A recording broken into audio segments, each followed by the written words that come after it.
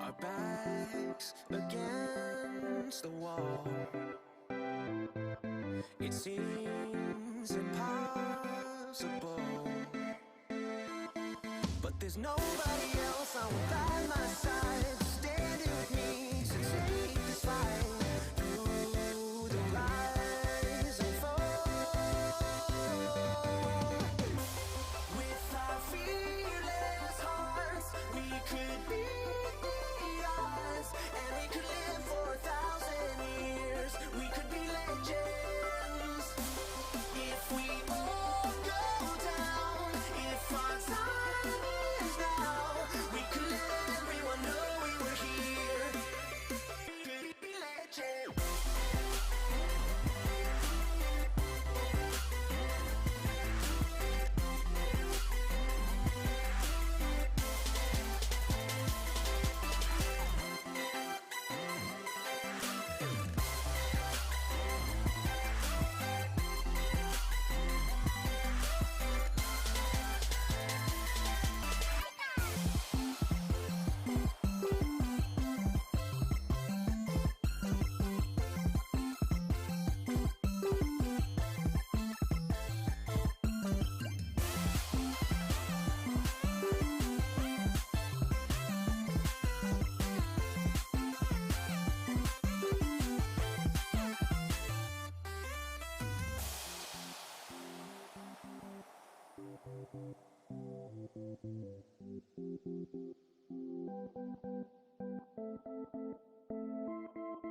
We dream so colorful.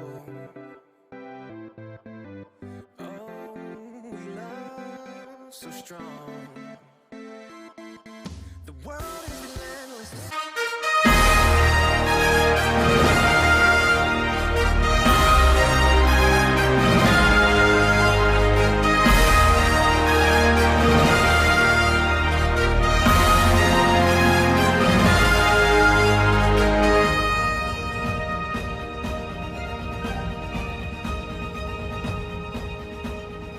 Good evening and welcome to tonight's Boise State Esports broadcast. I'm your host, Jacob Jem Palmer, and tonight very much seems like a homecoming for all of us here at Boise State Esports as we go into the first Rocket League match of the night with the players themselves back in the arena. We have got Ace Pocket, Cosmo Buster, and Baynock. Cosmo Buster joining us for his senior year, so it's great to have these three players back. We are very familiar with them and how well they play against each other, with each other, I should say. But they are going to be playing against Morningside College. The Timberwolves versus the Broncos is going to be the first Rocket League match here tonight. Northwood, excuse me. And joining me to help call the action, I would have no one rather than Adam Chizu McGuire, who is going to be joining us. Chizu, it is great to see you. How are you doing? Jem, I missed you so much, it hurts sometimes. I'm not going to lie. Been too long. While it may be a homecoming situation on the field, off the field, definitely glad to be a part of this cast. Honestly, I didn't even leave my couch from yesterday, so I just jumped over this direction, and here we are with some Rocket League. So unbelievably glad to be back, and super glad to see the boys back in the studio. Yeah, these three players have had so much time playing together. They are really familiar and work well off each other. And what I'm most looking forward to here as we go up against Northwood University is going to see how Boise State does with their aerial plays. These three players do so well together in the air. They're passing it back and forth between each other, sometimes for, double taps or even triple taps at times. You can see the full lineup there, as I said, Baynock, Cosmo Buster, and Ace Pocket going up against Buddy, Noxus, and Pirates, it looks like, for Northwood University. And it's just great to be back here and finally able to call some Rocket League.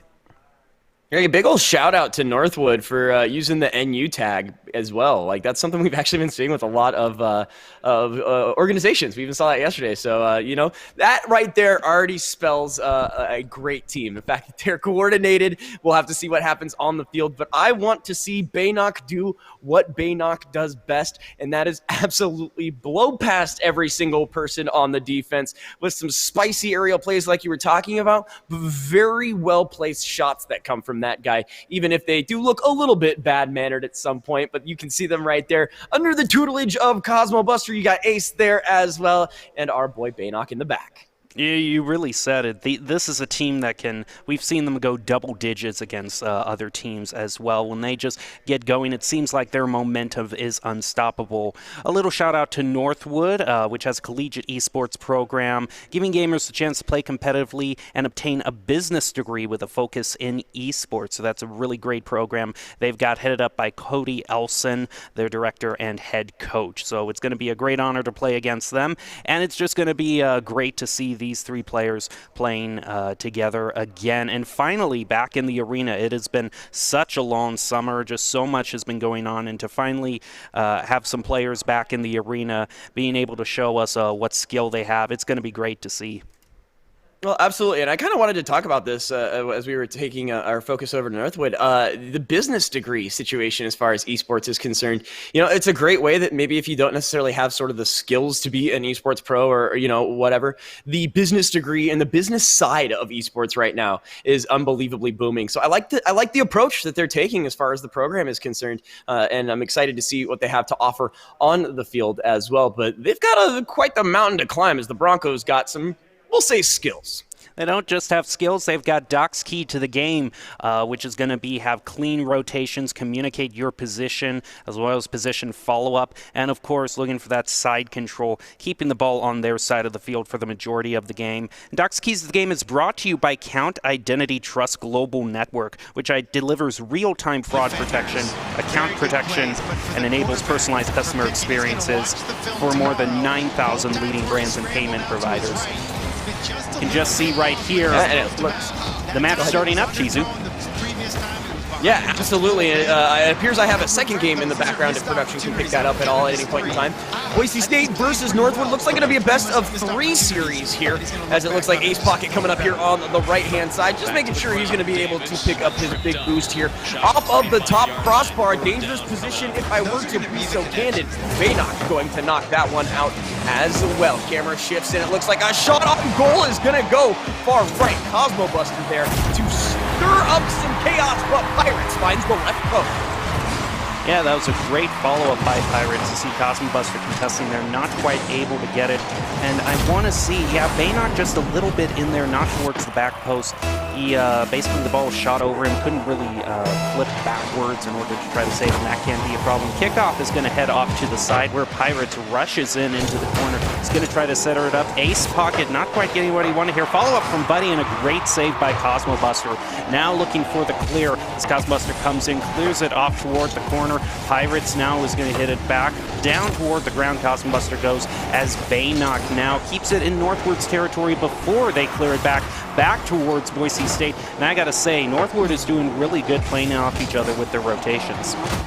Oh, absolutely, and the trickery continues here as off of the crossbar, a shot there from Northwood, but the goal is going to be the best friend of Boise State. Right now, Boise State looking kind of uncharacteristically discombobulated is the word I'm going to use here, as we're not seeing a whole lot of passes, we're seeing a lot of flair, but no connection. That right there is actually a beautiful setup, and Baynock, thank goodness, was in the wings. Pirate was going to bury that one. Another shot on goal, going to be turned away by Ace Pocket. Still in a pretty precarious situation. Going to be spiked down immediately. Ace and Cosmo with the double attempt there. Pocket going to be the one to find the aggression here. Off the left-hand side of the wall. Booted back out there by Buddy. But Baynock has other opportunities here. Ace Pocket out of boost. Was not able to get as much of his car onto that ball as he probably would have liked. A sneaky little carry. Oh, and that was filthy. A little curveball there from Pirates. Finding himself second on the day. Well, Northwood certainly coming out swinging. Cosmo Buster right there, just miscalculating, not quite able to get the save, bringing Northwood to 2-0 with about 3 minutes left on the clock.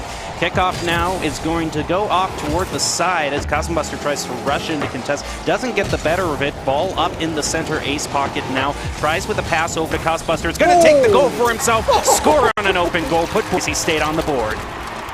I wanted to highlight the play before, but let's take this one here. Ace Pocket gonna just put that in a dangerous situation. Defensive play leads to what they refer to as a lucky bounce. Ace says, nah, baby, all skill. Buries that one dead center. All right, kickoff is going to happen. Just 10 seconds for Boise State to score that goal there, and they are going to try to use that momentum to even it out with the clear coming from Cosmbuster. However, Cosmbuster does get demoed by Buddy. Ball in the center where Pirates passes it over to Noxus. Over Ace Pocket in a great play there, leaving Baynock to try to push it back over toward the side in the corner. Now Buddy centers it up. Baynock comes right in there. A little bit dangerous situation for Boise State as they left the goal open for just a few seconds. Now in comes Cosmbuster. Ball gets grounded toward the goal, and Pirates getting the third goal for Northwood. Nani, let's take another look at this one here. Beautiful carry there from Buds, and if Pirates puts it on, comes off of Baynock at a weird angle, but that assist alone was absolutely, needing to say it, disgusting. And I love to see coordination like that. Northwood looking beautiful, like this carry from Baynock that gets staunched. Buddy there with the save as Cosmbuster comes in. Ball isn't going to find the goal there. Clear coming through from Northwood. Back over to the corner where Pirates rushes in there. Is going to try to center it up. Plays it over Baynock. Ball in front of the goal. In comes the follow-up from Buddy. And these rotations from Northwood are so on point. Pirates finds another beautiful setup, and in comes an ally to mash that one right down the pipeline. Northwood is running away with this first game, and again, it's all because Pirates has these just unexpected carries. These positioning are amazing there. A double commit there from Boise State, looking to do something else off of the back wall, but nobody is there to field it. The net is pretty open off of the top crossbar. Cosmo will clear that one out for the side of Boise State, at least the best he can. Another bounce there, not looking so lucky as Boise State is clamoring for some way to get back into this. No boost. Ace Pocket goes aerial and tries to get anything going, but a little lobber there is moved out by Baynock, the follow by none other than the captain himself, Pirates. You can see right there, Cosmbuster and Ace Pocket both going for it. They have to be forced to try to rush back as Baynock gets pushed back into the goal there. Just the rotations aren't as clean as I would like to see. Northwood almost looks immaculate, whereas Boise State, we're seeing some double commits from them. Yeah, we're seeing some very interesting setups and just not connecting the dots, as I like to say. As again, a play on the right-hand side just speeds right past Boise State, but Ace Pocket looking to get on the board here off of the backboard, denied there by the side of Northwood. Now they are on the attack. Boise State looking for boost. Baynock will find the big one to Ace Pocket to Baynock. What a great sequence of touches when Northwood sniffs it out. Right now, Boise State has 60 seconds to do the darn near impossible as Ace Pocket going to boop that one over to the right side. Another aerial play, close but no. And now Baynock and Cosmo are off to the races. You want to talk about open nets off of the crossbar. Nobody's there except for Ace Pocket at neutral zone. 38 seconds remain here in game number one. Northwood looking to pick up their first of the series. Baynock with an opportunity will find nothing as a stop right there for the side of Northwood will make Boise State reconsider their aggression here as once again over the top the crossbar is there as well as Cosmo and Buddy. Northwood definitely has this game won. You can see right there, Baynock not really winning that 50-50 there. It's really been some of the 50-50s where Northwood has consistently been able to outwit Boise State. It's just in those one-on-one contests that have really helped Northwood push past us. We see another shot off to the left post there. Baynock now up the wall, but Noxus beats him to it, pushes the ball back towards the goal. Ball in the corner. Here comes Pirates around to center it, and he's actually just going to get it right in there with a sneaky angle. And my goodness, you know, I do want to say here, Chizu, I was expecting an interesting game as we start the 2020 fall season. I wasn't expecting to start it off with a Brazil, though. Yeah, I had a theory. That theory has now officially gone out the window. Again, uncharacteristic. Does it even... Not that I want to rewind that, but I'm curious to see if you even touched that on the face-off. So, Boise State, again, just kind of falling apart in this game's here in this game number one. And Pirate... Oh, my God. Buddy, how many more do you need? You don't win harder. You just win, okay? Doing a phenomenal job. Finds the backboard with no time on the clock. Disrespectful? Sure. Classy? Absolutely. And right now, Boise State versus Northwood University is turning out to be a heated one. I just gotta say, Northwood, for the first time that I believe we faced them, they have certainly shown how good they are. I think the main thing there was just the two factors that we saw there, Chizu, that Boise State could have improved in was one on the rotations, because we did see double commits there. Just didn't seem like the communication was all there. But also from Northwood, they were just better consistently on the 50-50s when both players had an equal chance for the ball trying to contest it. Northwood repeatedly came out on top in that regard. Yeah, just real quick, 8 goals, 7 shots out of Pirates. You dream of those kind of games. You really do. Buddy and Nox's were there, definitely. You see the 8 shots there, again, from Buddy as well. As far as the assists, not showing what that was, but again, the pressure was always on Boise State. Now, this is where I bust out my tinfoil orange and blue hat, and I say that this may very well be the infamous Boise State feeling out stage. I have a feeling we're going to see something completely different and unexpected from Boise State. Again, the boost management seemed a little weird. Not making sure Pirates was put into his place was definitely a problem, but we'll see if the Boise State Broncos can find anything here against Northwood University in game number 2.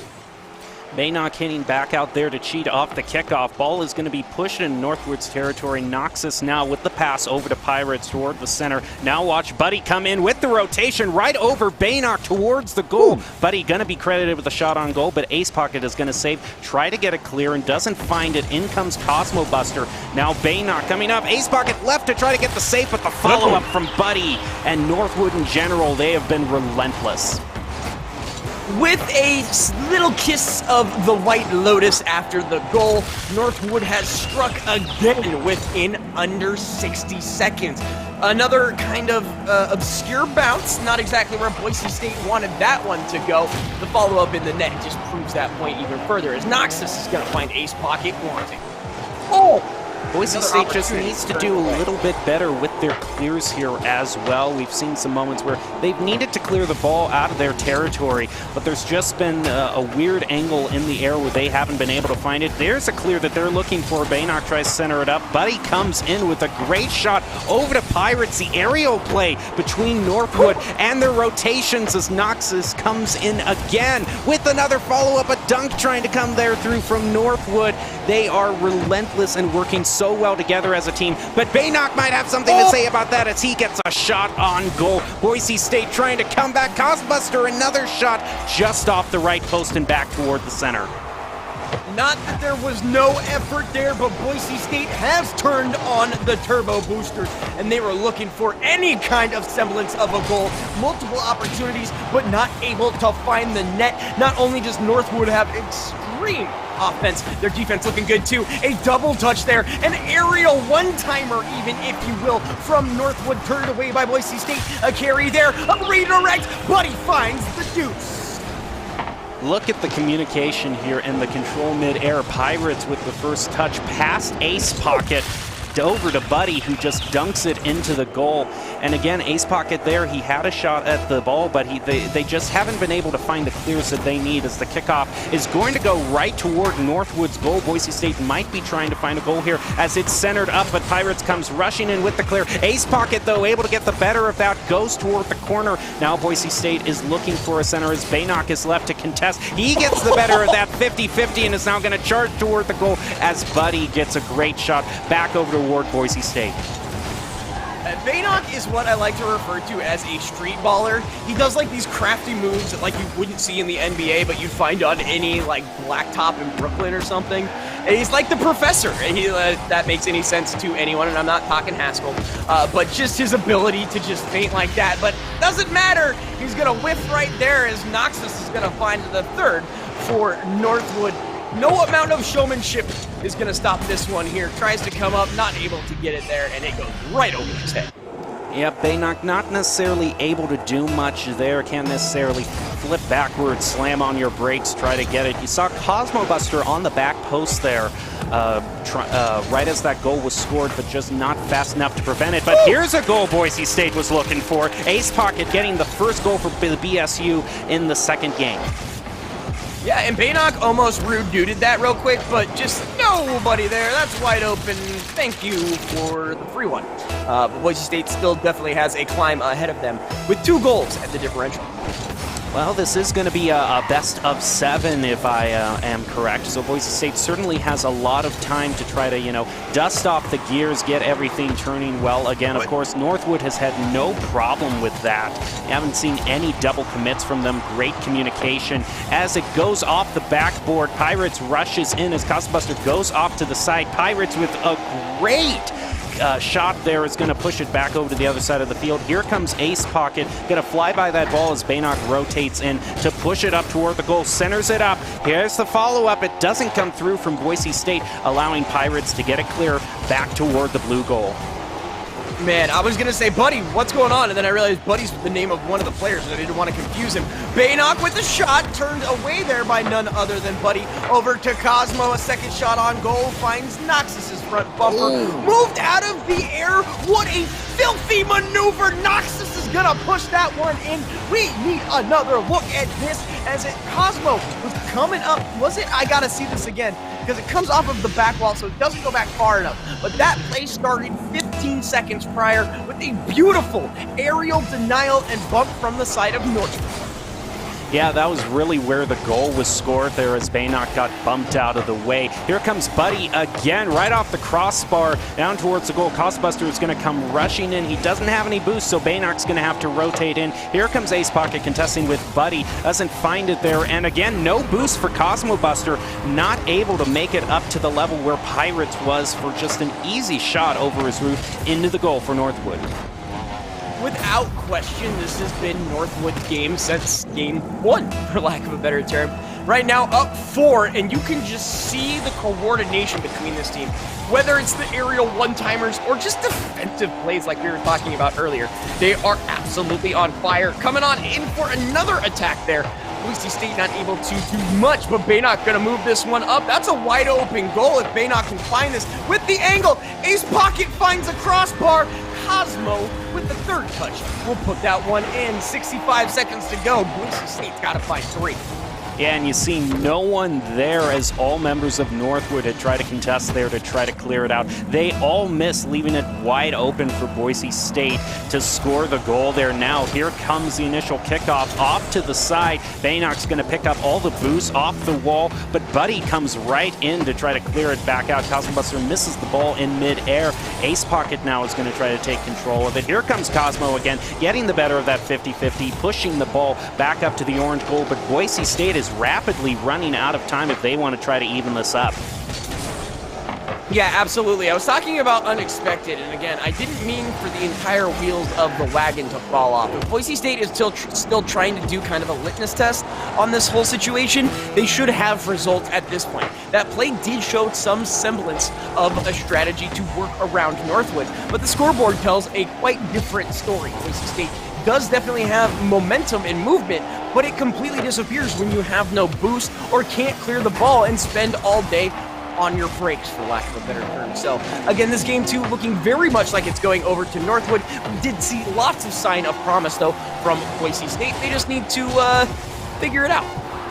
Yeah, just need to figure it out there. Ace Pocket is going to come right in. Maybe a 0-second goal scored again by Northwood. If they just want to show off, they might be trying to do it. Boise State is going to try to ground the ball, but it is still in the air. Pirates with a shot on goal off the crossbar. We almost saw another 0-second goal from Northwood. Yeah, absolutely just filthy. Again, just awesome play here coming out of Northwood. They may not have portraits, but they are making us remember their names as they are up 2 now here in the series. As Boise State, again, signs of life, but definitely a scary situation for them looking down game number 3 down 2. Yeah, Boise State, I don't know if you want to call it necessarily rustiness or just maybe not quite getting in the groove, but we did see Boise State struggling a little bit there with their rotations, with being able to have enough boost. Northwood rapidly proving themselves to be one of the best teams to go up against, and we're just in the first match of the fall 2020 season. Yeah, absolutely. Definitely more game to play. Bust off the rust or whatever. Find yourself some WD-40 or whatever you need. Go find a new mechanic. I don't know what's going on because Boise State, like I said, just looking uncharacteristic as somebody who has watched them climb the Mountain West rankings, who has seen them go against some very stellar opponents. Boost management alone has me sketched out, for lack of a better term. I don't know the last time I have seen those three guys on stage, let alone any of the Boise State alumni, with gauges of boost that low. It doesn't necessarily look like they're necessarily getting beat out, but expending so many resources trying to stop what is the onslaught of pressure from Northwood here. And so while I don't think it's their fault, they need to find some kind of response to it. Well, Boise State is certainly going to try to find that response in this Rocket League match that we are watching, Boise State versus Northwood University, in the first Rocket League match we are broadcasting of the fall 2020 season. And we are seeing a lot of great support for not only Boise State, but also Northwood in the Twitch chat. Some of Boise State's fans saying that they're setting themselves up for a reverse sweep. I don't want to say that that's what, I'm just going to say that Twitch chat is laying that out. I don't want to make any predictions here, Chizu. Sorry, again, I don't know if everybody else on the other side saw that, but it just looked like we went into a game and someone like straight up rage quit. They like pulled the McChizu. They saw that their opponents are like Season 2 Grandmasters and I'm a lowly bronze, and I don't know how this happened. I quit. So sorry, I gotta wrap my head around this real quick. But and I want to say I know exactly what you were talking about, but I tuned you out 30 to 40 seconds ago, and I I know the feeling. I know those feelings. The matchmaking's maybe a little screwy. You walk in and see the Grandmasters, and you just put the controller down. You're like, I don't even want to play. You like walk over, you just pull the network cable out of your system, whether it's your PC or your actual system. You're like, aha, it's a network disconnect. I didn't leave. I've definitely never done that before. We are in game number 3, though. We have not rage quit anything at this point, as Boise State is looking for their first win of the series, a best of 7. Northwood looking oh so pretty, like a, I don't know, 67 Camaro. Is that a thing? I don't actually know my vehicle, but I'm going to pretend. Ace Pocket with a little flick here, looking beautiful as a Bronco. Baynock, though, going to bury the first one under 20 seconds. Dare I say they have awoken a sleeping giant, or horse guy thing. Yeah, Buddy and Noxus, they're looking a little bit weird in the way they were responding to that ball. They were almost sort of weaving in and out between each other. Pirates also was demoed before that goal, so that definitely played a role in it. Ace Pocket is going to try to block that, but Northwood keeps it in Boise State's area.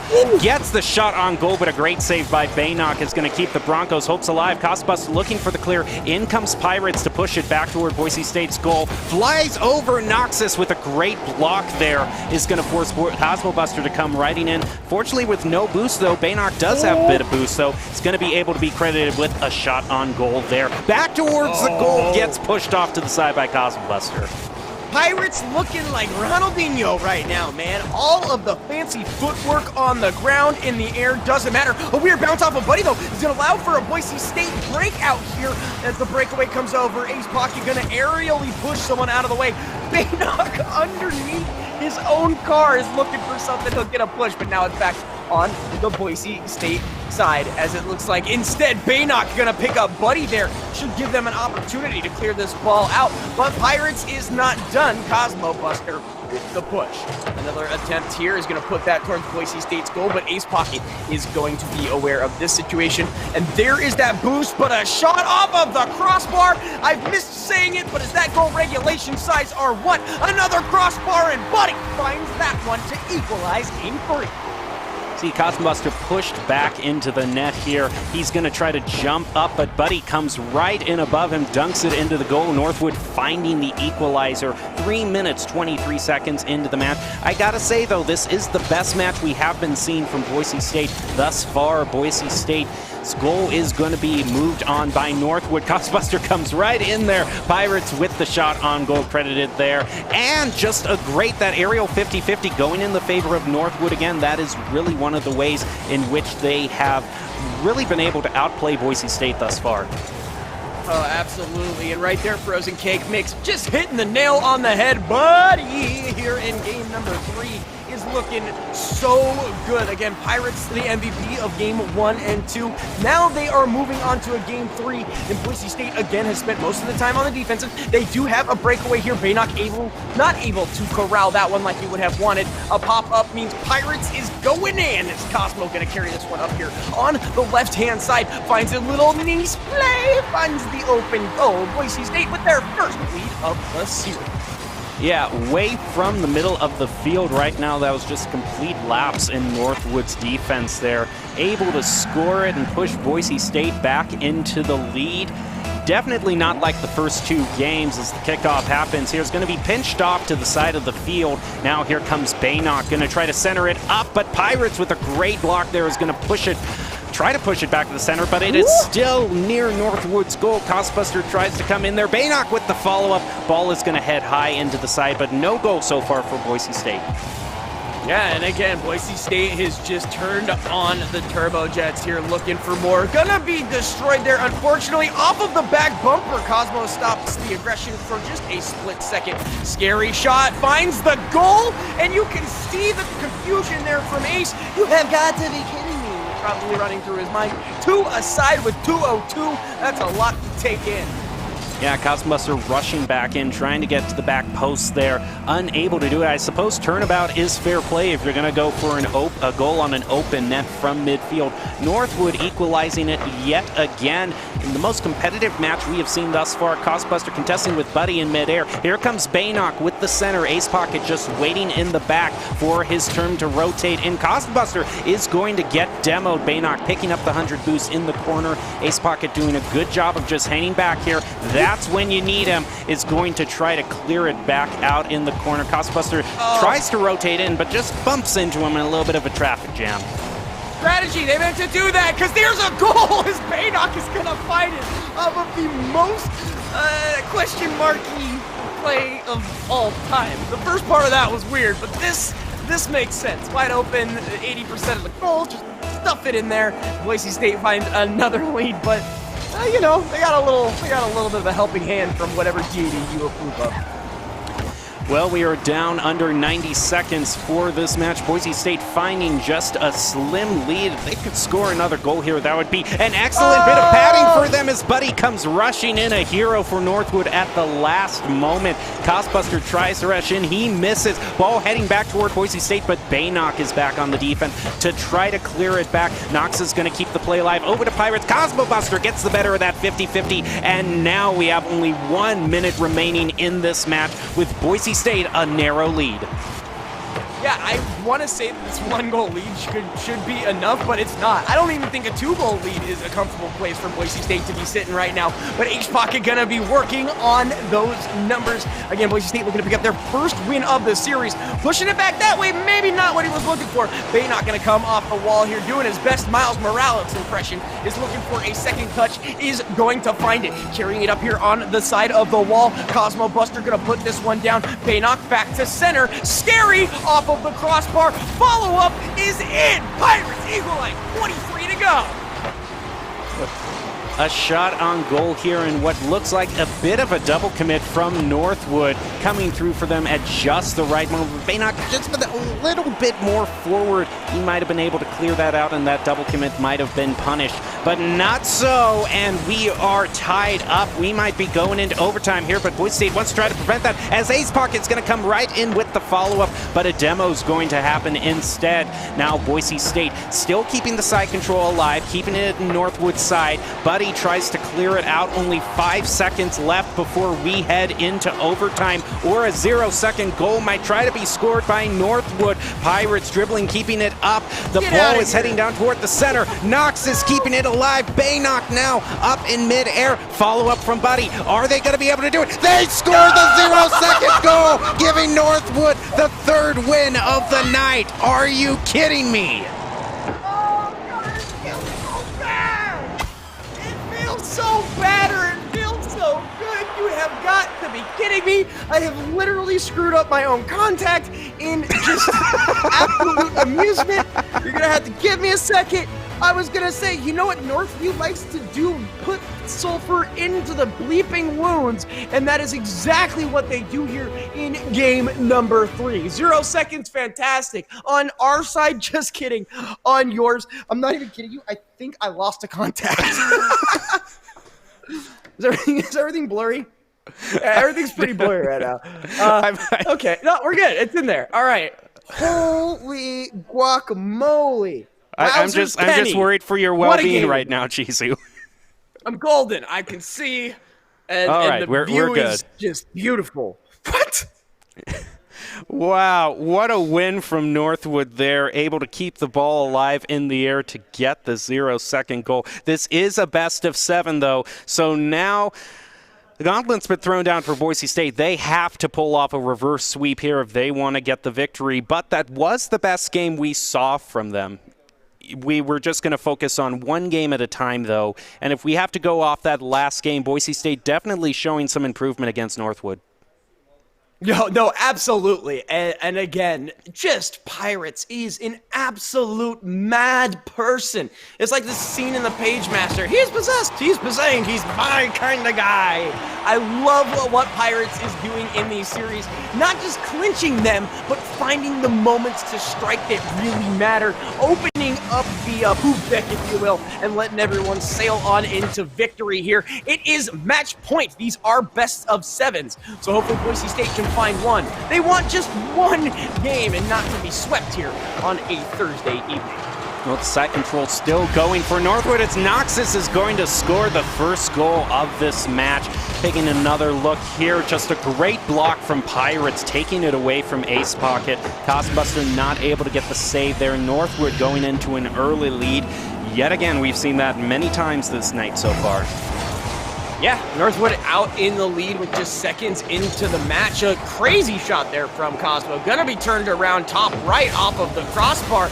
Could be dangerous. Nah, JK, LOL, smiley face. Cosmo Buster put that one back onto the net. Baynock not able to find the connection that he is looking for. The big thing right now for Boise State is to not get frustrated. The positive mental attitude I always boast about not having is what Boise State needs right now, as that's a wide open net, a one-touch, a two-touch, and the return on the defense, not a beautiful situation, but Baynock is able to clear it so Boise State can breathe. As Cosmo brings this up, speaking of open goals, Baynock finds the equalizer here. Costbuster there is going to push it off to the corner. Baynock with a great rotation in with just enough boost to spare, I must say. That was just the amount he needed. Now we're just over a minute into the match as the kickoff is going to... Baynock gets the better of that, but gets bumped out of the way by Northwood. Now Pirates going toward the goal, and he is going to score, not letting Boise State enjoy that tie for any foreseeable amount of seconds.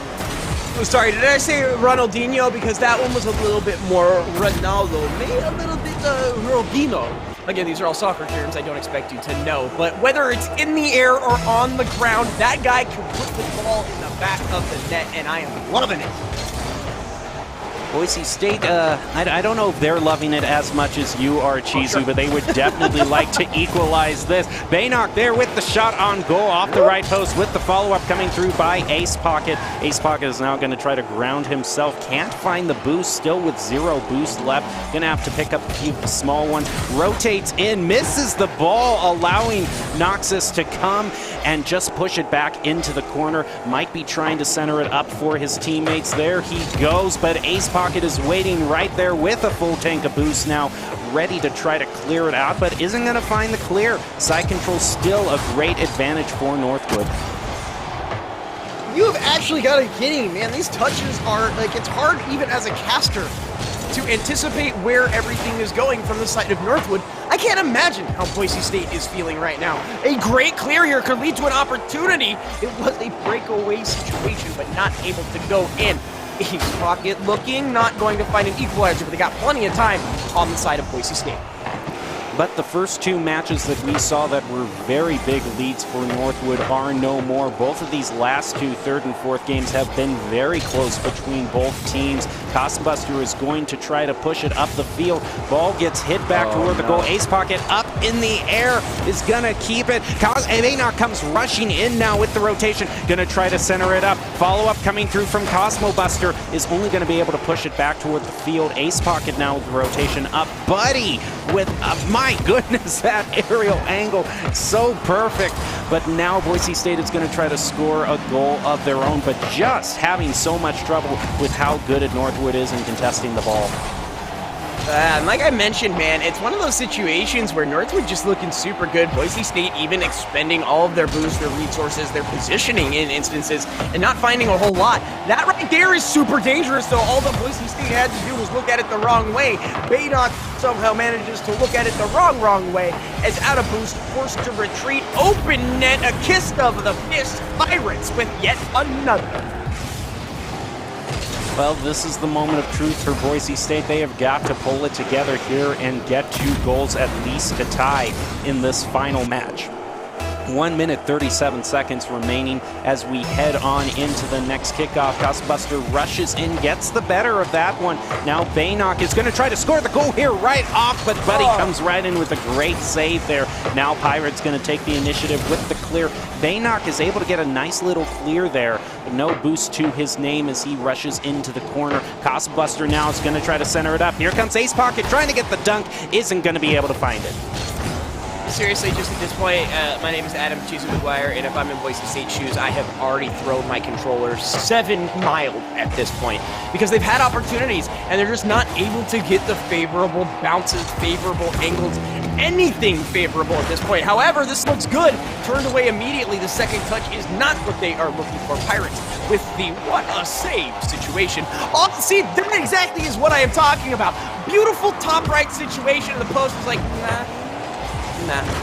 And Boise State is just left with their hands holding their head, trying to find a way in. It is 38 seconds to go. They're only down 2. We have seen crazier things. An opportunity turned away here. Baynock waiting in the wings for any kind of aggressive situation. Cosmo finds the post. Finally, a lucky bounce. We have ourselves a match.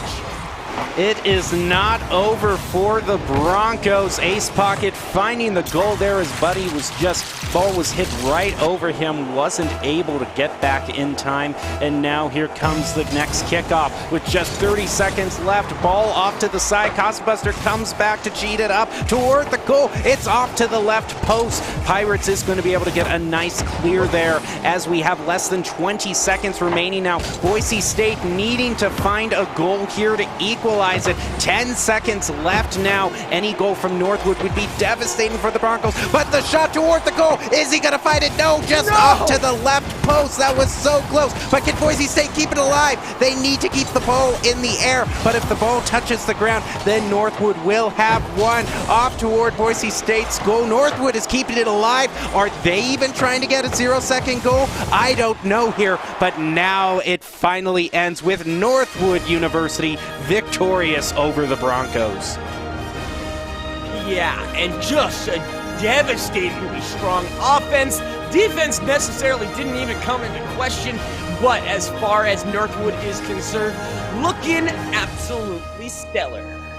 Yeah, they did such a good job there. I do still hear some laughs from the players, so at least they did have some fun, especially in that third game. I can't tell you, Cheesy, you not being in the arena, but it is really nice to hear them laugh and hear them congratulating each other when they score a goal. It's great to have them back in the arena. And we can see right there, with a few changes, of course, with face masks and, of course, shields between each of the stations.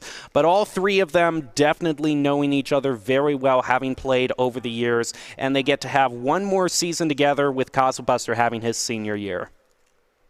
Yeah, absolutely. And like I said, Northwood just came out guns blazing, man, from the second one to the final match. Literally scoring goals, multiple goals. First 3 games, I think they scored goals after 0 time.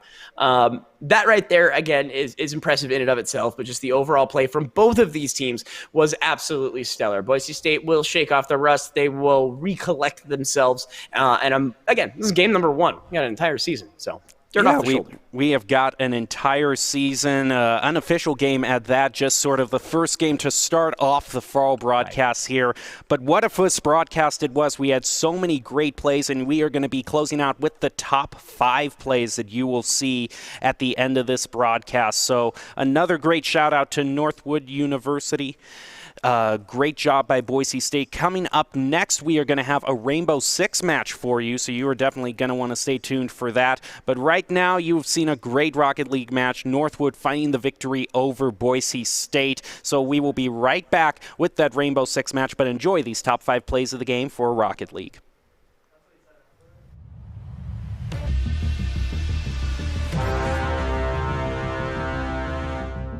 Contest doesn't get the better of it. Ball up in the center ace pocket now. Tries with a pass over to Costbuster. It's going to take the goal for himself. Score an open goal. Put Boise State on the board.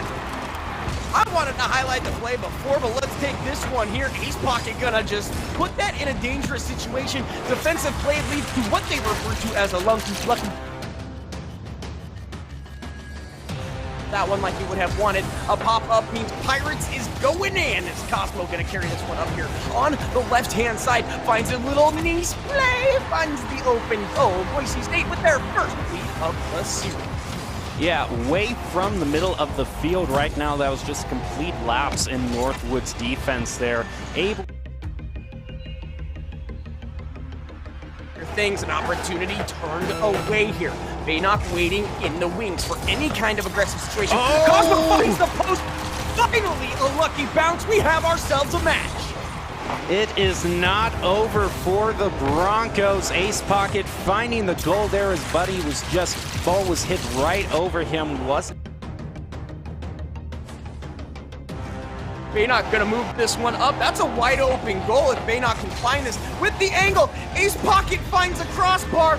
Cosmo with the third touch. We'll put that one in. 65 seconds to go. Boise State's gotta find 3. Yeah, and you see no one there as all members of Northwood had tried to contest there to try to clear it out. They all... Corner Costbuster tries to rotate in, but just bumps into him in a little bit of a traffic jam.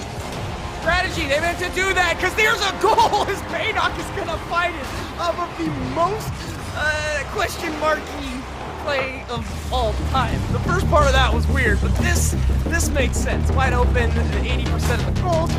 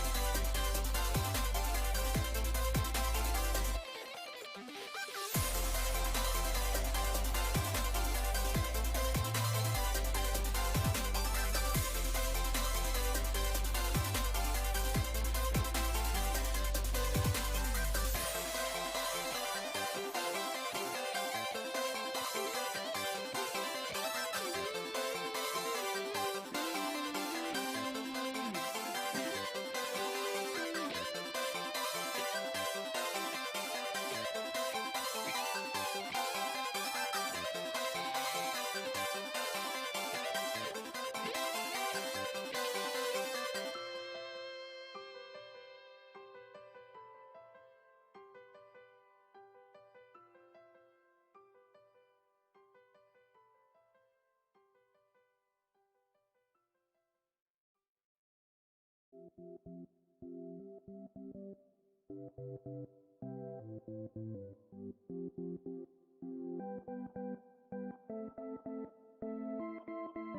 backs against the wall.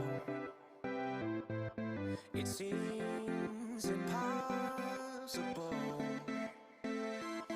but there's nobody else on by my side, standing with me to take this fight through the rise and fall. With our fearless hearts, we could be odds, and we could live for 1,000 years. We could be legends if we all go down. If our time is now, we could let everyone know we were here. Could be legends.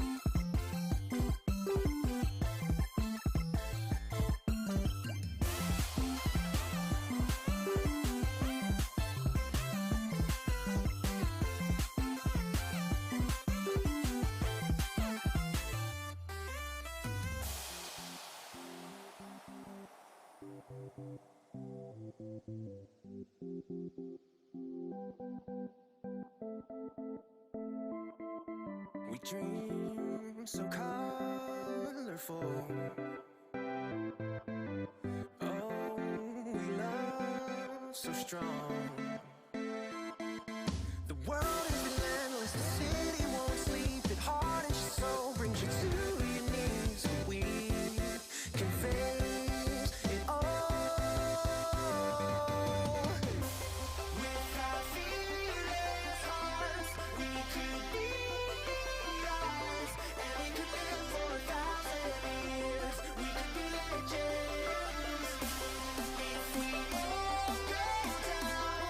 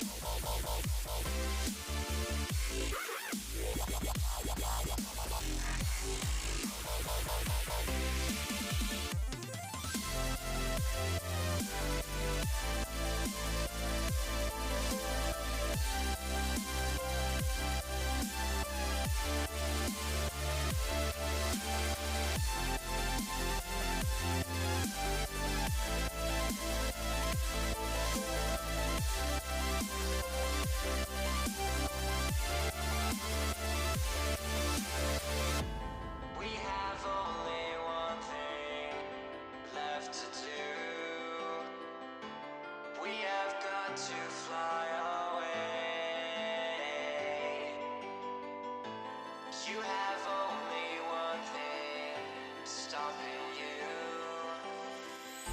Something you must throw away.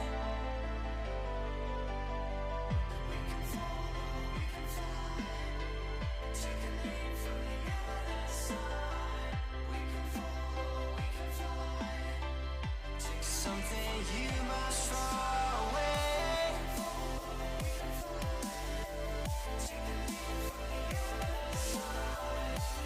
Take my hand and we'll run.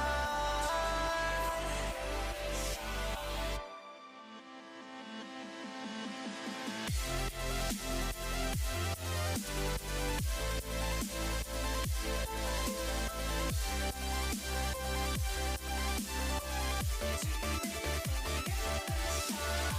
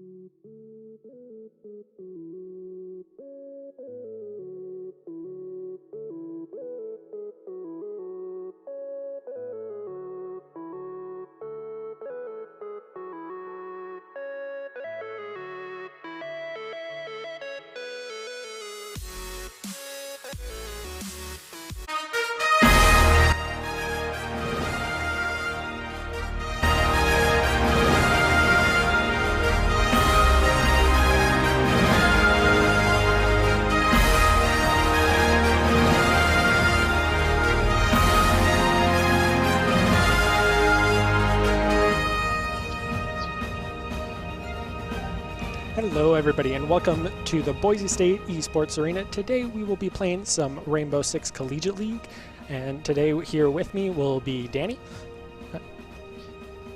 Hello there. I'm very excited to be here. Yeah, and today we'll be playing against Dallas. Interested to see how the first game goes, and I'm hearing it's going to be on Villa as well for our first map. Yeah, I definitely want to talk about how the map Villa plays, especially with their opponent Dalhousie. Dalhousie, I've known. I've did some research.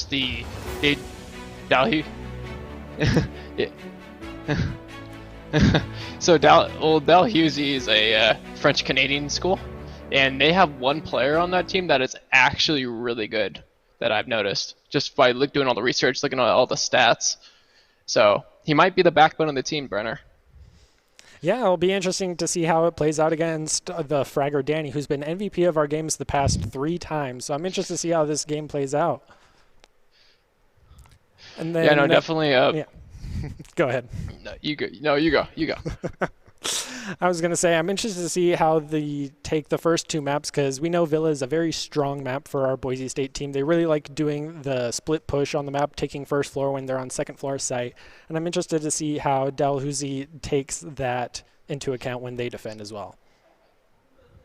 Oh yeah, no, they're definitely going to have a little bit more aggressive plays, which I think will help counter the Boise State attack. Because you've seen the Boise State team; they're really aggressive. They're really good at taking control of certain parts of the map. So they definitely like I just want to see how this plays on out. the first floor and everything. It'll be interesting to see how that plays out. And here we see them launching into the game with the good looks and have funs, which you just want to see. So let's just start talking about the bans, Brenner. So we know that Boise State likes to ban their Thatcher. Thatcher is always a strong operator to ban. But we don't know about Dalhousie. It could be a target ban, but we don't know. I guess we'll have to wait here. Yeah, we'll have to see if they did the research to know to ban that IQ who is very strong in this map, or ban someone else who's very key to the Boise State strat. And this is before the new season, which dropped today, actually. So it's pretty exciting to see. Looks like they're gonna ban it for them. Yeah. So see what Boise State decides to ban instead. My guess would be a Maverick. My guess would be more so a target ban on a player. Oh, you think they scouted That's out what I'm thinking. One good player Yeah, and just target banned him? I think that, Brenner. All right, we'll have to see what they pick. Any guesses? Oh, too late. Oh, they went for a the buck ban. That's actually not surprising. Buck's really good with vertical play above first floor and bottom floor. So I'm definitely not surprised they're taking out those soft walls and floor. Very good on the Villa. And then it looks like Boise State's immediately going to the Mira ban, who's very strong on both sites. Mira is very strong on the Aviator side. If you have a Mira on that side, there's no way you're getting into the study room. No way. Yeah, and then it looks like Dalhousie is gonna, for the final defender ban, be the Echo. A lot of people scared of Echo. Not that big of a threat if you have that strong IQ play, which we've seen in the past. Well, maybe now that he's banned, they might not have to play the IQ at Boise State. Like maybe they don't. Maybe they can just focus somewhere on a different op that gives them that opportunity now. But it looks like they will run the IQ like normal and the gridlock like you're talking about earlier, Brenner. Yeah, I think they're really ready for that Aviator first site defense. So I'm curious to see how Dalhousie is gonna defend this with the Bandit, Mute, Vigil, Maestro, and Smoke. Looks like they're gonna have a lot of roamers, not so much holding on site very hard. What I see here with the Vigil, for sure, is definitely going to be roaming first floor. I can easily see that, because now since the Thatcher is banned, the attackers have to go underneath and take out the charges. So that might be a good play for the roamer. And with Ultrason 6 picking into the Habana, does that surprise you at all for the Boise State team, or is that kind of a traditional thing to just tease the Monty and then just swap it out real quick? I honestly think it's a good 6 pick. I think it's common for them. Just it's always good to bring a second Heart Breacher just in case, and especially one that's a little bit more. I can't think of the word right now, but like I feel like it's going to be used more towards a different part of the site, maybe like the vault wall to cut off rotations there. All right, and do you see anything interesting here with them setting up on site? It seems kind of a traditional hold with Bandit getting the 2 walls, holding off Study, and then the Vigil first floor, and Smoke opening up that rotational with Maestro setting up a Evil Eye cam in the 90 hallway. Anything standing out to you? Everything looks kind of standard to me, to be honest, Brenner, because the Maestro in the 90 hallway is always good to put there. Gives the team info, and also can take out drones and possibly the Habana pellets if they hit the vault wall. So that might be the play there to stop the Habana charges from going off. But we're also going to see the Smoke being hang on site, which is going to be a normal place for him to be there, just to delay the plant possibly. And then they also don't even have a person in 90 as well, which is kind of surprising because I'm very traditional whenever I've seen people play the map is someone's holding 90, but I think they're relying very heavily on that Maestro cam. Yeah, for sure. The Evil Eye camera is really good at just making it basically a second life. They don't have to put their physical selves out there in danger. Yeah, and we see Gridlock immediately taking that first floor site. I can already hear track stingers going off. IQ's already scanning out and sees the Evil Eye and the 90 camera, but doesn't look like she can shoot it. Yeah, she does get the it. metal bar on the floor there, but she got it eventually and then wasn't able to get that Evil Eye because she does not have that capacity. And we see Fox here immediately going for that floor plant right underneath the bar in A site, but he is then taken out by the Vigil, who did not know his first floor, I think, because I don't think he was scouted out by the drones with Vigil's ability. It looks like they didn't put the track. Yeah, it looks like they didn't put the track stingers far enough out in the living room, so that gave their pressure. Their pressure was open. Yeah, and it looks probably. like I don't think Danny. Yeah, go ahead. You go. I was just going to say, it looks like we just, Boise State scouted out the 90 hallway, seeing nobody was there but the Evil Eye cam, but down 2 people already with Vigil getting the double on the first floor. They really have been establishing control with Sherb all by himself on the balcony and Ultrason pushing up those main stairs. It looks like Dalhousie is in a really good place right now. Oh, yeah. Boise State is now just getting into the study room. They were supposed to, I think they were just trying to wait for the charges to get off from the IQ to take them out, but the IQ was taken out. So now this is going to be a harder push for Boise State. They cannot get any reinforcements, so I would suggest for them possibly maybe if they can maybe take the 90 hallway, get on one of the other side of the bar walls and take it out, but it looks like they might just go and frag it out. Yeah, and since the Dalhousie team doesn't have a single Wamai or Jaeger, Boise State can just hurl all their flashbangs in there and just get a ton of value off of that. And it looks like Sherb is in a firefight right now with their Smoke, who is holding in Vault. I can't see that that is.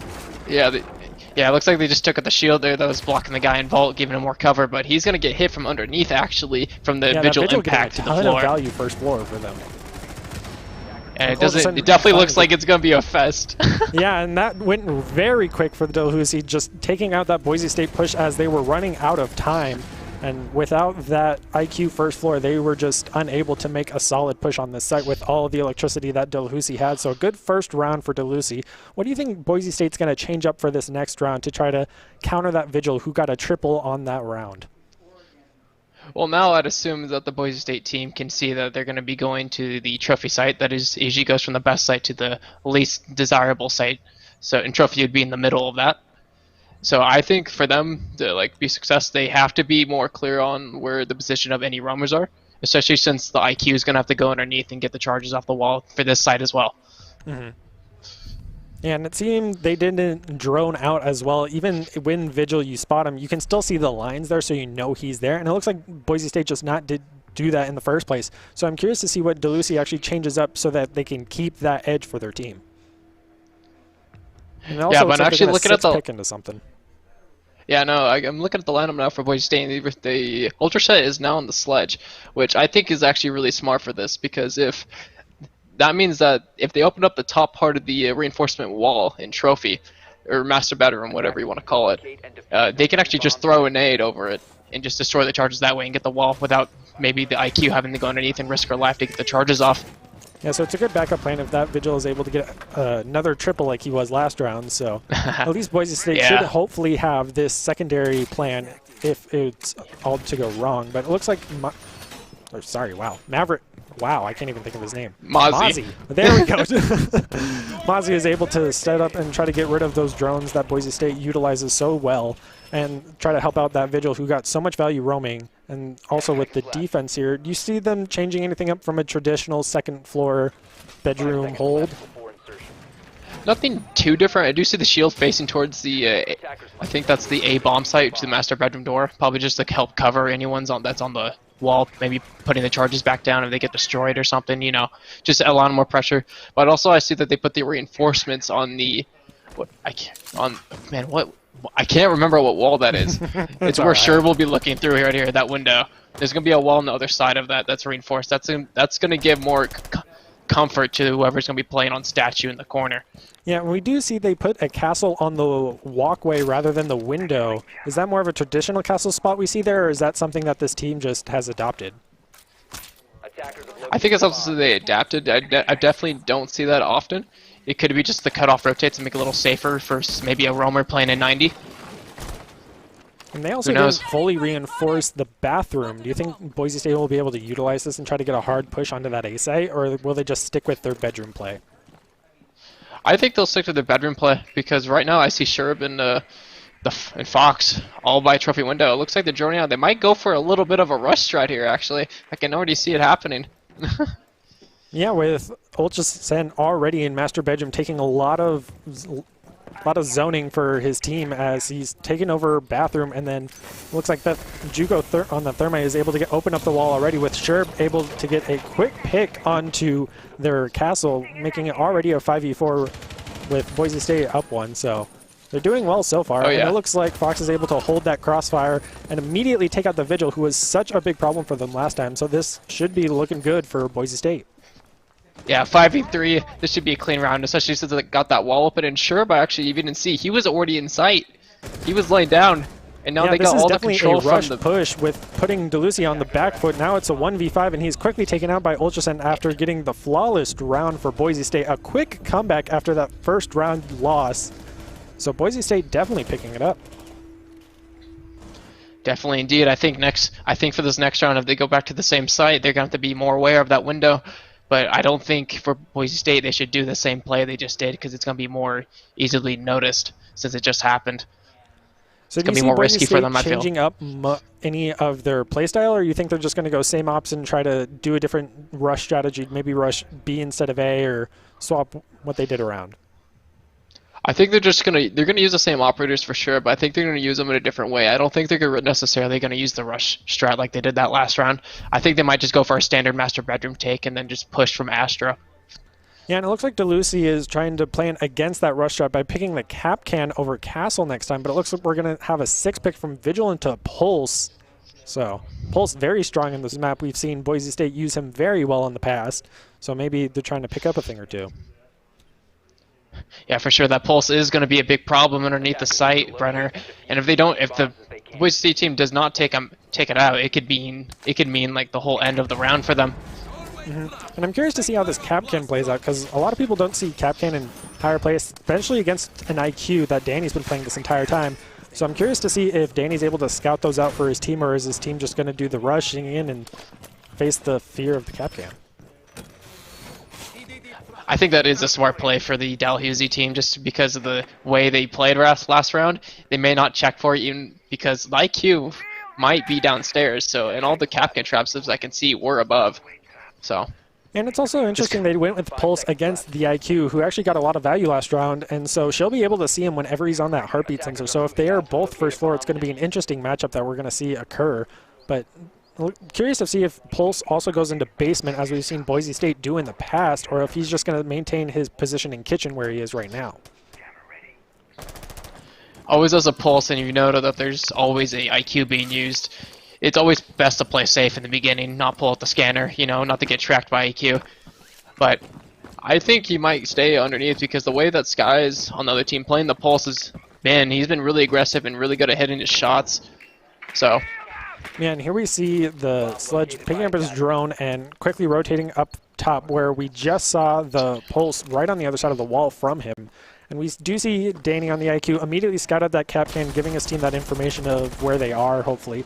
But hopefully he doesn't forget about it. Yeah, right now Danny's just holding out the control just to make sure no one runs out of the study room window or the study room balcony, because if you're not careful, a defender could easily just run out and pick you right off that balcony. So very smart for him watching that spot. Yeah, and it seems they're droning out bedroom very hard with both Ultraset and Jugo looking to go for that push, with no members of Delusi even looking towards that direction, with maybe just the Kapkan in the bathroom holding that entire end of the map, with the other two both on the other site. Right now you can actually see Fox and Sherb doing the same thing again. It looks like they're out there droning it all and make sure it's all clear. It looks like they might just go for the spikes and try to see if they can pull it off one more time. It's kind of risky though. Yeah, if Delusi can counter this, as it was such a problem for them last time, they just got rolled over. So hopefully they're able to adapt, especially with that Kapkan trying to slow down the Boise State team. And they're immediately able to dodge that C4 with Juco getting very low on life, almost taking out their one hard breacher. And then both Juco and Sherb taken out back to back, putting Boise State on the back foot. Yeah, this is not an easy situation now for Boise State. And the hard breach has just been removed from them due to the C4 and the... Yeah, so this now this is probably Boise State in a tough spot. Yeah, this is going to make him have to go full-on hunting for the other team, I think, just to gain control. Because the wall before, but... Oh, guess what? The IQ is actually just going to run in and take his own fights. Yeah. He's actually going to second the Kapkan and a third on the smoke. Right the bat, pushing into both sides, taking control for his team, looking for the last two members of Delusi who are out roaming, I believe. And so that immediately puts them on the back foot, getting space for Boise State, able to get that plant off if we're able to. But it looks like they're going to drop the diffuser instead and get one more picked up. And the final one, Fox getting the final double, winning the round for Boise. Wow, I can't believe that just happened. IQ just ran into sight. I think he knew that part of it was clear through the drones and just walked in. I think he felt confident enough to be able to take those fights. Yeah, the droning game for Boise, very strong, as we saw the Mozzie not actually get a ton of value. Same with the Mute, putting his jammers in interesting spots for sure and not getting a ton of value when they're just completely leaving that bedroom open, which has been a huge key for Boise State's plan. So now they're going back to Aviator. Yeah, to be honest with you, I saw the pulse underneath. It didn't look like he made much of a difference. He may give him some info of where they'd be at, but they didn't seem I don't think any C4. Yeah, no C4 is ever used. I saw it was just mainly the Kapkan throwing it over the breach and eliminating almost the got Jugo with it, but at the end it didn't pay off for them. So I'm curious to see if they're able to do Aviator as well as they did last time. But they're going to 6-pick the pulse into a Jaeger, now fearing the flashbang spam from the Boise State team. And it looks like they're actually going to go from Habana to the Monty. We've seen this before, Brenner. We've seen the Monty be able to, just walk in and be a human shield for the Boise State team. He's a very strong utility, and especially when Sherb's on him, but I think Ultrasense on him this time, isn't he? Attackers need to locate and defuse yes he is. Probably more comfortable in this part of the map for him, more than Sherb is possibly, or Sherb is more comfortable with the Ash for his job as possibly helping the hard breach get on the site. Yeah, I'm curious to see if Jaeger does as well as the Vigil did last time. Even though it's the same player, the different amp can change so much. So I'm curious to see how it pans out and if he is droned out as well, seeing as Boise's drone game has been very strong. Luckily the Jaeger is still a good viable op for roaming. If you didn't know, if anybody didn't watch in the stream now, that a while ago he got an update before where he was a 3-speed, but now he's a 2-speed at 2 armor. So now he's not as fast as he could be. He's not as fast as he used to be. Yeah, thank you. But now he can take a little bit more bullets. So I think that might help him in some of the gunfights here, as the attackers actually have definitely more damageable weapons equipped with them. Yeah, and it seems no one even spawned Ruins, so it doesn't look like they want to go for a balcony play. It seems they want to use the Monty for full effect and go probably main stairs push, or even from the opposite site and just try to take space. So I'm curious to see how they go with this play because they didn't even take a gridlock to go through the floor and try for a bar plant. It looks like they're going for a back take. They're going to go through... Oh, wow. Okay, IQ is underneath in basement. All right. But anyway, it looks like they're just going to go for a back take onto a master bedroom, take 90 possibly. They do have the single hard IQ's breacher. on the hunt for that pulse, but I don't think they know that he's 6-picked onto the Jaeger. I think he's there just to help guide the Boise State team from underneath and make sure that it's all clear. But also, like, if they're gonna go for, it looks like if they're gonna go for a back take, they're probably gonna go for the vault wall. If that's not if that's jammed or something, that'd be good for the IQ to go underneath and take it out. Yeah, and it looks like Ultrasen was able to scout out that bandit who was roaming onto that previous site that we just saw. And now it looks like he's putting into kind of a panic, stuck between 90 and where that Monty was, with both Sherb and Fox and Danny all taking space on that other site. So it looks like they just made their intentions clear, and DeLucy should be able to rotate around and try to defend that north side. If you look at the clock right now, Brenner, it's 1:30, and they're just now pushing out a master bedroom. So they're gonna have to take control of 90 real quick, or else they're gonna put themselves into a pickle. The all or nothing push at the last 30 seconds to try to get DeLucy off their game, but taking 90 is going to be a struggle as we see that bandit constantly peeking it, but Fox on that Nomad should be able to secure it if he's able to get it at the end of 90, and it seems Danny's going to actually rotate around with Ultrascent taking 90 immediately as that Monty, who is just an immovable wall of a man. Yeah, it looks like the IQ is going to be getting on the 90 repel, maybe just get some more cover going. But honestly, I feel like he should go underneath and make sure no chargers are on the wall, because I think there is a mute jammer on it. If that's the case, they cannot get the wall. Yeah, and it seems the Boise State team's actually also getting hung up while Fox is C4 through the floor while they're all watching that Maestro cam, because it's been such an issue just spotting them constantly.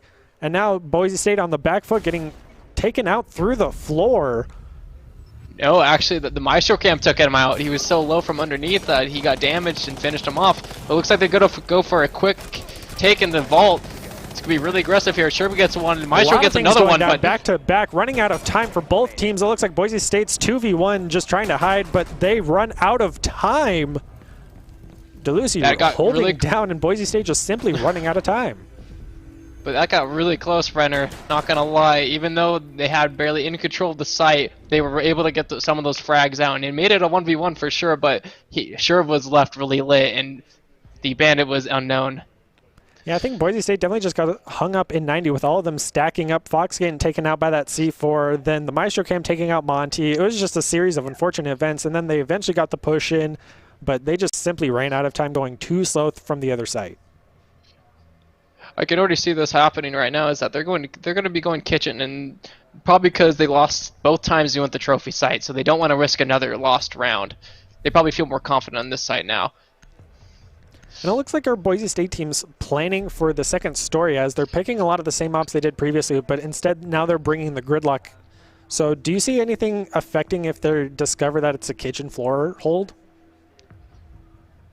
I think what's definitely going to help take the attack for this round for the site is going to be the sledge. I know I talked about him using his frag grenades for the wall, but like due to where the site is located, it's underneath master bedroom. They can do a lot of vertical play. Once they get that main wall open on laundry and start planning, they can literally just cut off all rotations from above using the vertical play from the sledge. So that might be the game plan for them. Sherb and Awesome 6-pick different operators. Do you think that was a conscious of, hey, maybe they're going kitchen, or just we think this op will be better for what our team is planning? I think that they knew that they were going to go kitchen because, like I said, Brenner Bear, they didn't do well in trophy. They lost both times going to trophy room.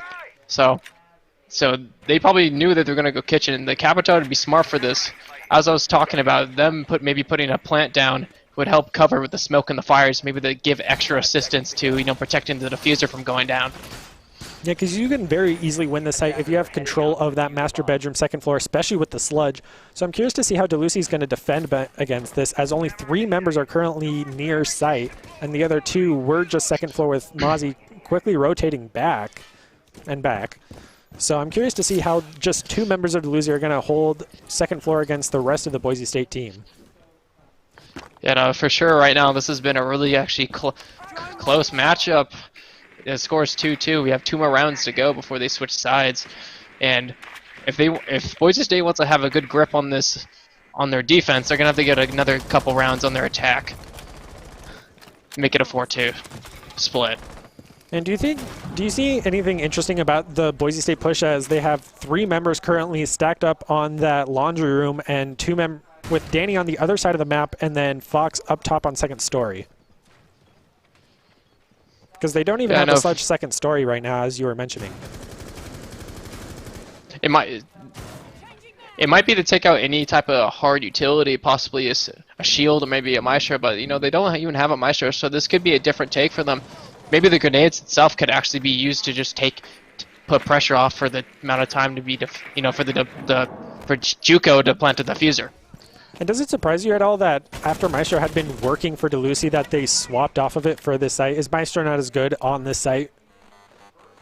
I don't think he's necessarily a bad thing on the site, but I think it's a little bit better for people with a little bit quicker speeds to be playing on the site, due to just how it's positioned, where the sites are positioned.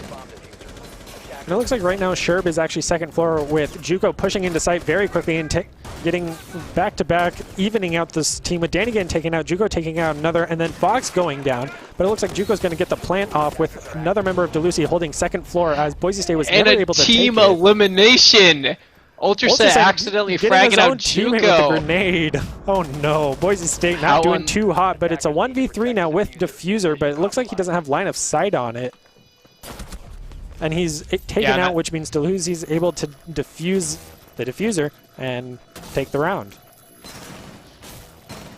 Good retake by DeLucy, being able to take out anyone surrounding the site pretty quickly, and then the misfortunate step of Ultraset throwing the grenade and accidentally eliminating his own teammate.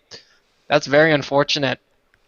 They probably could have won that round if they had all. Important second story was with Sledge. I'm surprised they weren't able to get a hold of it or have pretty much any eyes up there. They just went straight for the plant and then lost it immediately. Yeah, the Sledge should have definitely went above, but I think they were just really hoping for the Capital to really just put the pressure off on both entrances to cover the plant, because you did see the fire and the smokes go out pretty well, but it was just the unfortunate nade that ended everything pretty much. Ended the momentum that Boise was building, but now they're going back to Trophy, now with the Valkyrie, and seems to be that's the only new thing. They're keeping pretty standard to what they've been playing last time. Do you think they're going to try anything new holding this trophy site, as they've lost it the other 2 times that they've played it? Well, yeah, I'd hope so, for sure, Brendan. I think they're honestly going to put more aggressive pressure on the master bedroom door, just putting more pressure on the master bedroom itself. I think the Valk, they have, looks like 3 players with actual C4s, and looks like the Valcam's going to put some, I was thinking a pre-play C4 possibly, with a Valcam and master, so when they can trigger it, they can just blow it up. And that looks like what it might happen. Yeah, she's you shooting see her opening up the floor with her Deagle, which is very powerful for opening up those soft floors. And then we also see Boise State saving their drones, as droning is very important for them. But once again, DeLucy has that Maestro, or Maverick, oh my gosh, the Mozzie, who is very anti-drone, and they also have the mute. So I'm curious if he's able to get some more value, as they haven't in the past. But it seems Boise State's able to scout out how they opened up first floor. And I don't know if Valk was spotted by JUCO's drone, but she is quickly rotating around, so it looks like she's just going to hold bathroom at the moment. Curious to see how this plays out with the master bedroom. Yeah, and I was right about the whole shield play, playing close aggressive to that door. Looks like Skies is trying to put a shield close to the door just to play hidden and play peekaboo with the enemies. But also, yeah, especially on that smoke, he can definitely hold the door for a long time. Yeah, but also when we saw Valk shooting out the floorboard, that was actually used to, looks like to hide her C4 possibly, without it being fully noticed, and maybe give it some sound protection so that enemies may not hear it. And it looks like they're going to be going through the same rush. This 3rd time's the charm, maybe? Maybe. I mean, DeLucy has also been changing up their strat, whereas Boise State hasn't. I mean, Boise State has also been winning, and once again, we did see Danny for a split second in basement looking for a possible 6-pick pulse, but once again, they don't have it, so Danny kind of wasting his time in basement, so hopefully he'll rotate around soon and rejoin his team as they push both sides of site. It'll be very easy for Danny to get the wall just to go underneath because it is a mute jammer. Just a couple clicks and it'll be all gone and it'll be good for for JUCO to just take out the wall. Yeah, But, once again, we're and already at a also minute 40, and Boise State hasn't made a solid push onto either side as they're still droning out first floor as well. So I'm curious to see if they're going to try to go a little bit faster than last round as they ran out of time. Yeah, Danny's definitely just droning himself out. Make sure he's all clear underneath before taking out his gadget and taking out that gadget play from the defenders, picking that apart one by one. Mainly, he's just going to get the wall, and that's done. So the wall is good to Ultrasen go. and JUCO already in master bedroom as they're taking space, and we're going to see Ultrasen use those grenades to try to take out that mute jammer, as you said, as you mentioned before. And then JUCO's going to go for that thermite plant. But hopefully he's not picked off as he was last time by C4. So curious to see how this plays out as they're going for the exact same play with Ultrasen falling low, but both Valk and Legion very low. They actually just tricked the wall to C4. I think the Sledge might throw a grenade and just try to bounce back, and yes, that's actually what happened. You saw the grenade icon, so that was able to get the wall open so they didn't trick the wall anymore. And we do see JUCO currently looking to that shield, but someone was behind it, and then Sherb is able to pick off that Valkyrie, and then quickly Danny gets the Mozzie, and then JUCO gets the mute. So they're quickly taking site very strong, leaving the last two members of DeLucy over in Astral. So currently Boise State has the entire south end of site, and JUCO goes for the plant. Yeah, this is definitely going to be a win round for Boise State. It's a 5v2. This is very unlikely. Both players are almost near half health, and they have so many angles crossed over. And yeah, and Danny and Sherb able to get the quick 2 picks for a flawless round for Boise State, as they're clearly dominating this side of the map against DeLucy. Yeah, they took the only 3 attack runs they took was on the trophy site, so maybe that was just their strong point. Maybe trophy site they're a little bit more familiar with. But now that it's 3-3, they're gonna switch sides. Both sides got 3 rounds. They just need one team just needs 4 more rounds to take the win. Yeah, and Aviator's been a really interesting site as both teams have won and lost it. So I'm now curious to see how Boise State's going to try to have Aviator become their perfect spot and win it first round.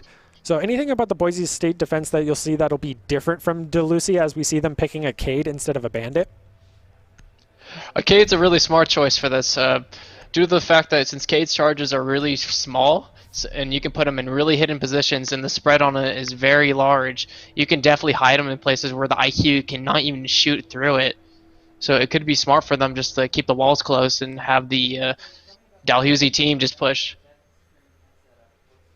Yeah, and one thing I know that's very strong with the Cade, and we see Valk 6 picked into the mute, was you can put the K charge in the study, which a lot of people don't expect. So if they try to Kali the wall, they'll never get it, which is very strong for the defending team. So I'm curious if Boise State's able to use that strat, which is very untraditional. A lot of people don't know about it, but it's actually come into recent just very strong. And it looks like the DeLucy's not even going to take a Kali. They're going to go for a Val, or Zofia and IQ and an Ash. So it seems like they have a lot of taking impact space. They don't really have a Monty for a kind of slow, hard push. Do you think they're going to go for a balcony or try to copy the Boise State strat of like first floor, try to plant behind bar, and just hold underneath?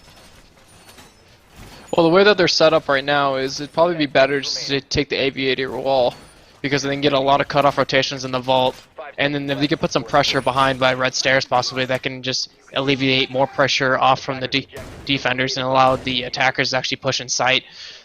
And also, I think the reason they bought the Sophia and the Ash is just to take out any physical utility, shields, Maestro Cams, just to be safe. A Maestro Cam can always be a pain sometimes. As we saw if it is not in the taken previous out. round, it clearly did a ton of value for DeLucy as it took out the Monty. So usually it swaps out. Yeah, usually the Maestro Cam, you never usually see him getting elimination on the team, but most of the time he'll be used just to take out utility. Soft utility like charges or anything that can be hit easily. And the good thing about defending for Boise State, they can't frag grenade their own teammates. So hopefully we'll see a better. Hopefully they don't turnout see this for their time. own teammates, yeah? We have seen that in the past, so hopefully we don't see a repeat on this map, as Boise State loves their villa, so we don't want to see more team kills on this. But it looks like DeLucy's immediately taking study as no one's defending it. And then Thermite's just looking towards that hallway right above stairs with Nomad just repelling outside, not doing much. I think the Nomad's waiting to get in position for their teammates to get into study, so that, wow, yeah, and that's exactly what IQ. He was waiting for that IQ just to get a pick, get into a proper position, and because of that, he got a value for them. He got him a pick. Man, we And it looks immediately like, see the person on first floor open up that study wall, trying to get those electricity out of the way. And then we see Sherb trying to shoot through the floor as he knows that's where the IQ is, looking out, trying to see if he can get a pick to even the score. And we're coming down to a minute 20 now. DeLucy running out of time. Yeah, it looks like now they actually just put the charge in. They might be tricking the wall just to make sure that they do not get that wall open. But Ultrajet's got to be careful because of the ash. She's going to be shooting him through the floor that she made. Yeah, he's She's already actually below put half another health, one. and there's just keep opening up the floor, making Boise State stay on the move, not able to hold a single angle without being taken out. But due to this now, she already used both her charges, so it's gonna have to rely on Zofia or IQ to just go underneath and take out the charges, and they still haven't done that yet. So this could be going for a scramble, as there is only 45 seconds left for the attackers to push. Yeah, they're definitely And running that out of time with all 4 members of Boise State holding sight. Very interesting to see how this plays out, because once DeLucy has to push in, they're gonna be on the back foot for sure, even if they're up a member. Yeah, 30 seconds, and they still got a shield to deal with, and that's what they're going to do. They're going to take it out, put Juco out of the position behind Boise cover. State health not looking too good with being down a member and also 2 members at half health. This is gonna be a sweep. Just saying right now, as 2 people just got eliminated by Boise State. Another option, Juco, but 8 seconds left. Danny's actually gonna get another one with a shotty, but there's gonna be one more out 90 still waiting, and hopefully just get some. Yeah, they had diffuser, and some then Sherb value. was able to run out into 90 and get those final 2, with Boise State taking the victory. Yeah, Boise State doing really good at just dealing with the pressure from underneath, not allowing them to take out any of the charges off the wall, which made them stump and scramble at the end. Yeah, DeLucy had a very good starting, but then they just went too slow, in all honesty. They just didn't have enough pressure on a single site. It seems they kind of went split and just weren't able to get a good pick or 2 onto the Boise State team. So now we're moving over to Trophy, and Boise State staying with the same team. Actually, I think they have Valkyrie now instead of whoever they had last time. And then we're going to see DeLucy actually having the same team as well. Actually picking up a Maverick now instead of an Ash. Yeah, all these operators in defense are really good for a lot of these sites on Villa, especially the smoke. But actually, we're going to see the smoke at 6 back to the pulse that we saw the other team use. So I think Danny's going to be able to take advantage of that maybe. Yeah, he's going to go hide in the basement as he does and then get as much information as his team, possibly get a pick as they're rotating through first floor, as DeLucy doesn't really have any counter roamer picks other than the Nomad if they're able to take site in the first place. Need to locate and defuse bombs. Yeah, let's hope that the attackers are going to be able to take out the pulse underneath, because if not, it can cause some real damage for them later on in the round. And plus they used it twice, and so I would hope that they would be able to go underneath and take it. But I guess we'll have to wait and see.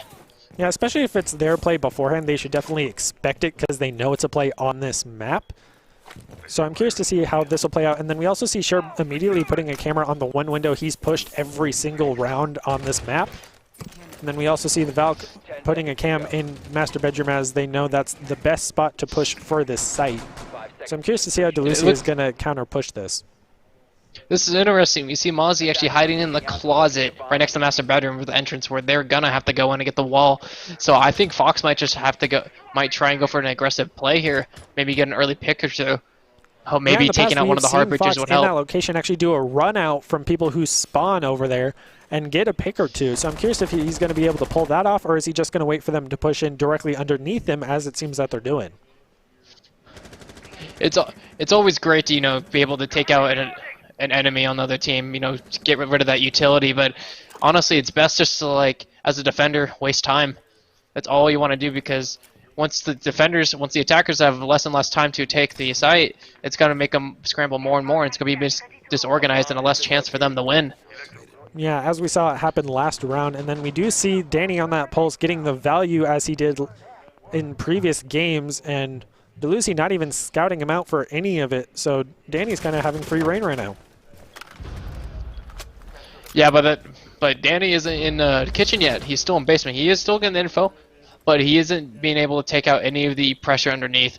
he's gonna have to deal with probably. I think it's the IQ that's underneath, trying to get the charges off the wall, and then so he's gonna have to take that out, so they don't get the wall anymore. Yeah, I'm very curious to see what DeLucy's going to do because we're at a minute 40 and they just now got the first member lost actually on their team. So they're already on the back foot running out of time, and that was the Maverick who went down. And Fox holding that closet and getting a lot of value. Yeah, the Thermite's actually jumped in and he's ready, but Fox is getting flashed and he might get taken out because of the flash, and he will. Pizza Mozzie this is a 4v4 now. Oh, Danny was picked up too by that IQ. Or by the Zofia. Yeah, so he was picked off, so no more pulse from underneath, but looks like the Kaid already has a lot of tricking going on the wall, so he's making sure that wall isn't going off, it's getting destroyed. Yeah, and DeLucy also lost their Maverick, so they don't have a ton of anti-electricity right now, leaving that Thermite just kind of stuck in Master Bedroom, waiting for that IQ to try to get it through the floor. As we see the last three members of Boise State. Oh, we just saw K jump out too, so now only 2 members are holding site with hopefully Ultrazen able to get a pick or 2 running around from behind. But it doesn't seem to be like, yeah, it looks like the Kaid's trying to go back up. And it looks like you see the IQ is actually trying to still hit the charge. That's the good thing about Kaids, Artilas, is that they're super small. But it looks like the Zofia is actually going to push in the statue and take him out. Make this a 2v4. Quickly, Boise State's on the back foot, but they are then going to get revenge onto that Thermite. So now it's a 3v2 as we see a quick engage through B site right now. That Zofia really taking over the south side. But we're going to see Ultrasen then turn around and get that Nomad out. So, IQ falls immediately afterwards by Sherp. So the last one down to Zofia, who's on the south side of the building, but is then runs out of time, and Boise State's able to get the victory.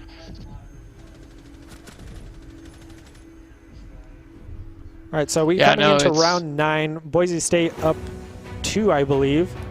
Curious to see how DeLucy is able to come back from this down 2 loss.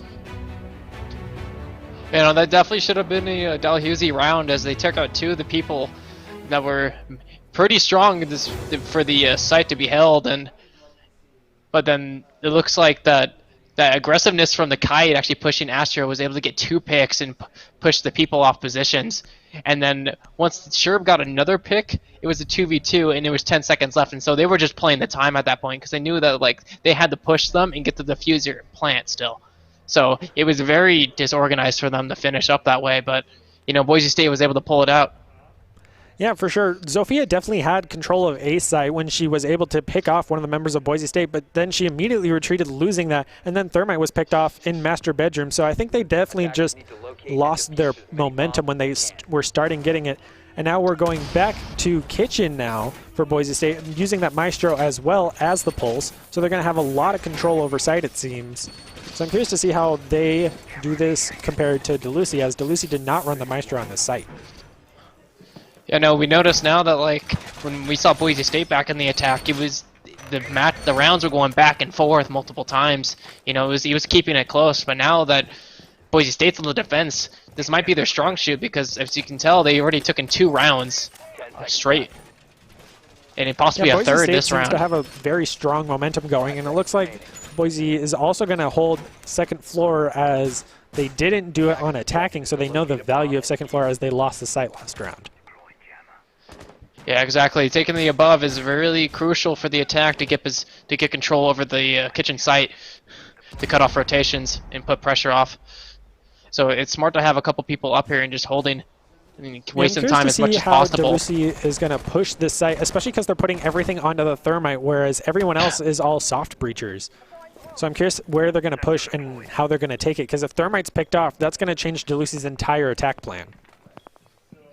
Yeah, what I like to see about this now is that the Pulse on the first floor, usually you saw him on the other site on Trophy, just trying to maybe get a C4 elimination onto an enemy or something, but this is actually going to be good for the other 2 members that are actually above. He's going to be able to give info for them and have a better chance of them holding that. Yeah, I'm curious to see how DeLucy is actually going to try to counter this Pulse, as they do have the IQ so they can spot him doing it, but there's not much they can do about it other than try to not get C4 through the floor, as we've seen in the past. And a lot of members of Boise State just kind of holding their angles, keeping safe, as DeLucy is trying to formate their plan and take some space. I actually do see on one of the, you can see the outlines of the enemies and also just of both teams in general, and you can actually see that there's a Zofia by the pantry stairs, and I'm not sure if Boise State's aware of that. If they don't know about that, she could easily just take advantage and push in the site and maybe get a pick or two, taking off the pressure. A little surprise attack Sherb possibly. also go through Skylight, leaving Fox to be only the one on second floor, but then immediately that Sophia is getting a double onto Boise State, and then taking a triple with a pistol on Sherb, and then Fox falling to that IQ, leaving only Danny on the pulse to hold off the site in a 1v4. Yeah, like I said, Brenner, getting their groove back. Yeah, like I said, Brenner, he's actually going to get a double kill, which is actually pretty good, but he's low in health, and yeah, he's going to get picked off, finally. But yeah, he just got pinched very hard with DeLucy having control of that second story with Sludge, and then both the Ash and the Thermite coming from the other site. So DeLucy able to get that attack round for them, closing the gap for 5-4. So you're probably wondering, like, how, like, you know, how did they lose that round? You saw that they had control from above and below, but when I said that there was a Zofia on Pantry Stairs, they still never spotted that out. That's how the Zofia was able to run in and take out actually three people out. Yeah, they didn't have anyone in the kitchen. Floor. They had everybody on the other site or second story, so they just didn't have that information available to them. Yeah, what a good play from Zofia from Dalhousie. Finally getting around on the board on attack, but they're going to have to get 3 more if they want to take out this victory. And take it looks like Boise State's going to go back to Aviator as they won it previously. Do you think they're just going to stick with the same strat as we see Valkyrie 6 picking onto the Mozzie, but now he's going to go to Legion maybe? So it looks like they're going to go for a bit of a harder hold with the traps and the Mute and the Cade. So I'm curious to see if Jaeger's able to get as much value as he did last round. Yeah, I wouldn't be surprised actually to see possibly the Legion playing 90 just to get info and keep the pressure off the doorways of Bar and also the headstone doorway. Facing we're going to see the Sledge switch over to Capitao as well. Capitao pretty good on the site, able to shoot through the floor and protect the diffuser as long as they're able to get onto site. And I'm curious to see if Deleuze is able to adapt to this, as last round they just weren't able to get through that wall. Yeah, no, this definitely might be a little bit more of a pickle for Boise State because of the Capitao. Usually you would think, oh, Jaeger's ADS could take it out. Well, actually, Jaeger's ADS cannot take out his firebolts or smoke arrows. The only person that can do that is Wamai, and they do not have that. So Capitao's going to have a little bit more free range with that now, thankfully. Yeah, I'm going to see if he's able to get that value, as last round Boise State lost first floor, but they didn't really utilize it for DeLucy to take that push because they didn't really have anyone that with a shotgun who can go through the floor, as they don't even this time. So I'm curious to see what DeLucy's plan of attack is here. What was really strong about the Boise State defense here on the side was that the Kaid was Ultraset. Ultraset being able to just trick the wall, and every time when they tried to get it, he would just take it off, and then he would basically just play mind games with them. We also see 4 members of Boise State holding on site with nobody lurking just outside in 90. We just see Fox, the only person outside of site on first floor, not even underneath site, but on the other side of the map. Yeah, so I think there's going to be a Legion room, and he actually is spotted out finally by a drone.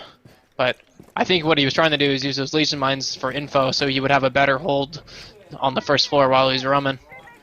And it looks like actually Danny with the shotgun opened up the floor probably to assist Legion, but now there's no need for it as he has ran away. Now DeLucy once again going for a very slow push with already at a minute 45, and they haven't really taken much action yet. Actually, you didn't hear, the wall just got opened. They actually were able to get the wall this time. So this might actually give Dalhousie a better advantage now. That they actually got it out within like the first minute of the round. So now all they got to do is formulate a plan on where the defenders are and possibly just execute it. And we do see Danny actually picked off through the floor by that Zofia. So DeLucy already up 1 member on Boise State. Yeah, the smoke could be crucial now that he's not here. The smoke grenades are really good at doing damage and putting people off the diffuser, so now it's just going to be all gunplay. They've been very slow on time, but then they're quickly going to be able to take out Juco on the Mute, putting Boise State down 2 members. Boise State not looking too good once they lost that wall. Yeah, once they lost that wall, they lost all pressure from the Aviator side. Now you can see that. But actually, Sherb's going to pick it back up, make it a 3v4. Still an advantage for Dalhousie, but, you know, just put it a little bit back in their favor, possibly. Yeah, Legion's still holding Boise that State. 90 angle, not rotating around to try to take out those members of Deleuze who are holding in study. I'm curious to see if he's able to get value when he does swing around. But it looks like Ultrasen's going to try to go for a quick peek and take out a member, but instead Sherb is able to do that instead. We do see Deleuze smoke it out, but they do then team kill their very own Capital, leaving Ultrasen to get another pick, leaving everything down to Zofia, and she's then picked off by Legion, who was holding that 90 hallway. Once again, Deleuze just copying Boise State and getting a team kill. Yeah, what they could, which is really funny to me because of the fact that we saw that the nade on Boise State took out a teammate. Now it's their turn to take out a teammate. But also it's really surprising that Dalhousie lost that round. It was so their round. They had 2 people already down on the other team, and all they had to do was maybe put a firebolt down somewhere and get a smoke down for the person that planted the diffuser, and they had the site. Yeah, But Sherb definitely got a lot of value there, having the wall open directly right next to where they ran in, and then they smoked it, but Sherb watched the Deleuze Capital run right past, and then he was team killed, which was just very unfortunate. But this brings it to match point for Boise State, who is now up against a Blackbeard, who's very infamous for just being a pain in the butt, because you can't shoot him in the head. yeah, It no, it looks is like kind Fox of is annoying. going to 6-pick onto Clash, so it looks like it's just going to be Battle of the Shields. Yeah, Blackbeard is definitely an annoying operator, which I definitely do not like going against, because you know how most players will try to train to hit the head, but you can't hit the head on him unless you gotta break his head before you can actually hit the head. You break a shield before you hit his head. You can't break his head before you hit his head. You know what I mean? It's in the same area. And we see Boise State go back to the second floor other site because they just won the Aviators. So I'm curious to see how they're going to change this up, as they've lost it in the past, but they have also won it. And now Deleuze got Maverick picked off immediately, so I'm curious if he's not going to go for that bedroom push, especially since Fox has been known to sit in there, and now that he's playing Clash, he can just straight up hold the window. So I'm curious to see if they're able to get value. They also don't have any anti-drone, so Deleuze is going to get a lot of value out of their drones, seeing as Boise State will only be able to shoot them if they see them. Yeah, no, the info game is going to be really important here for the attackers, especially now that the mute is gone. It's going to be much easier for them to get that info. But also, it might be a pain for them to get into Master. And you see Fox actually just spawn peeking with the shield, just probably just get some info, maybe just tease at him a little bit. But honestly, yeah, we I also think see Fox Danny will probably staying on just... site, just trying to get information in case that IQ tries to go through the floor and take out that K charge, as she wasn't even able to last time. So I'm curious to see what changes, as we do see immediately that Blackbeard scouting out Fox, who's just staring at him through the window with his Clash shield. Yeah, and it looks like Fox read that pretty well. Just just play a little back. Went back on the master door and just gonna play with the shield. They can't really do much about it. They don't have... The only person I think that could actually do something against Clash right now is the Zofia with their lifeline charges. But besides that, actually no, Maverick could actually do something as well with the frag grenades, possibly take it out. But Now, of course, this is We'll have the to wait one and time see. Deleuze doesn't run a Nomad, who's actually very strong against the Clash, able to just put a charge by her feet and just knock her down. So I'm curious to see how Deleuze is going to change it up and see if that Maverick is able to get a frag into that Clash and take her out, because she's getting a ton of information for Boise State right now. oh yeah, she can already tell. She can already see all the people that are trying to push the master bedroom site. We actually have the pulse actually on the site, not underneath that we saw from both teams previously. And actually, the charge is going to go off because of that. Ultrasense charge getting taken out, but then Juco is able to take out that Maverick, so putting Clash into a good spot because they're down those frag grenades. Yeah, due to the pulse not being able to give the info for the, or not going underneath and giving the info, it just kind of put them. It made it easy for the attackers to take out the charge, but this might be good. And I do see Danny on that pulse able to take the Zofia out, I believe, through the floor. Yeah, that was through the floor. There was no other enemy close enough, so it's like the only place he could have gotten an elimination from. Yeah, so Danny was very finally on smart. site, able to get a ton of value on that pulse, as it seems Ultrasen is out of Cade charges, so he's not able to trick it anymore, leaving Clash the only one to defend Master Bedroom. Yeah, even though they're charging out the wall, they still have to deal with the Clash. So that Clash can easily just turn around, whip her shield around, and take out her weapon and start firing if not careful. That They don't Clash have a is close eye stalling on for her. a ton of time, as Deleuze is getting the 40-second mark, and Juco takes out the Thermite, so now they have no hard breach, but the IQ is immediately able to turn it around onto them. And then Danny is taken out by a Claymore, and then Clash is taken out. So now it's a 2v1, but Blackbeard is taken Make out that by a Olderson, 2v0. who's just holding the doorway. And map 1 will go to Boise State University on Villa with a score of, I think, 7-5 or 7-4. We'll see here in a 7-4, second. I believe. It was Yeah, very 7-4. close game early on, but Boise State just got into the rhythm and was able to just take down DeLucy left and right. So hopefully DeLucy is able to come back second map, knowing a bit more of Boise State's strats and see how they're able to combat it. You can definitely see that the other teams, I was right, Skies is definitely a hard backbone for their team as well. Like, it looks like another teammate was actually doing very well close to them, but besides that, all the other players on that team were not kind of near them. So it shows maybe the Boise skill State gap definitely between had all of the them. kills divided up between them a lot more, whereas DeLucy definitely just had the two members who were definitely doing a lot of the lifting, and then the other three just kind of more there for support. Yeah, definitely. They were probably just hoping that the those two players would, just frag out, hopefully get some opening picks for them, make it a little bit easier on them. But once they got taken out, it was an easy round for Boise State just to sweep in and take them out. Yeah, Boise State able to just capitalize on getting the 1 or 2 picks and just hold out. The Clash got a ton of value for them there, and DeLucy just wasn't able to counteract them at that point. So if they come against that Clash again, what do you think they're going to do differently to counteract her?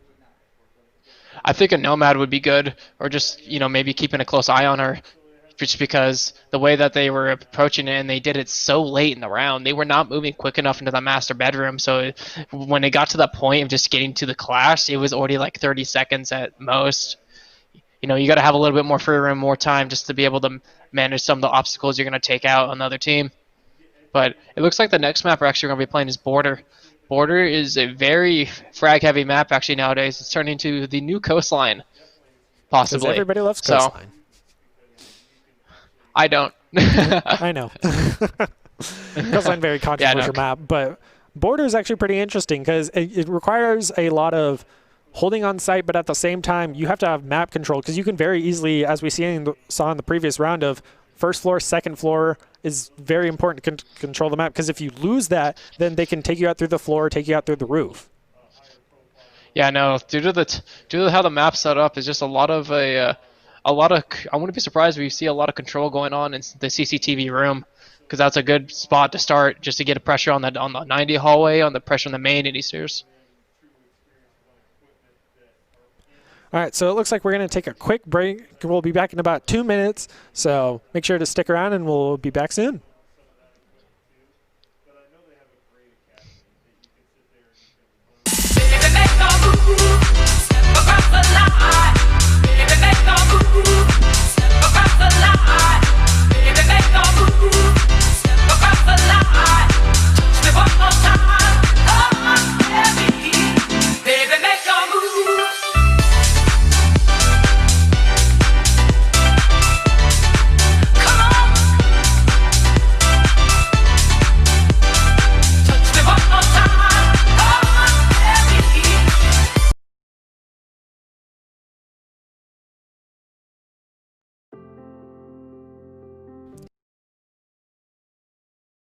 Since 2016, universities have been adding varsity esports, competitive intercollegiate video game teams, with nearly 100 colleges and universities now with official programs. Esports is fast becoming the new college sport.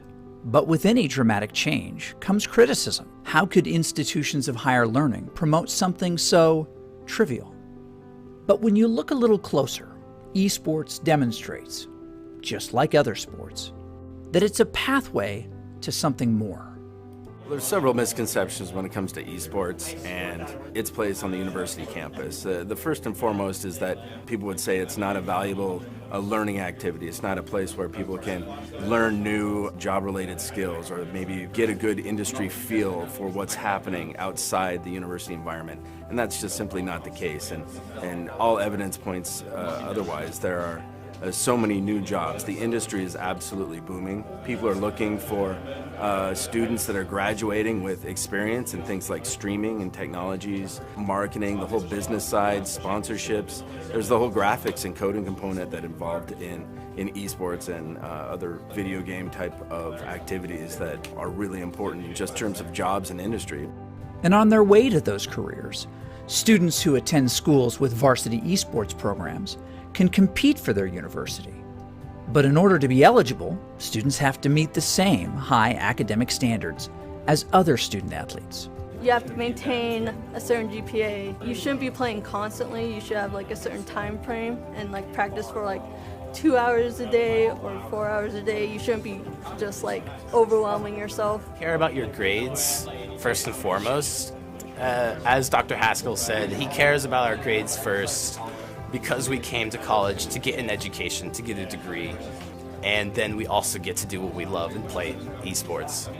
Athletics and other university-sanctioned activities bind students together with purpose, a chance to be part of something bigger than yourself, where we learn to work hard, play a role, lose with dignity, win with honor, all for our school.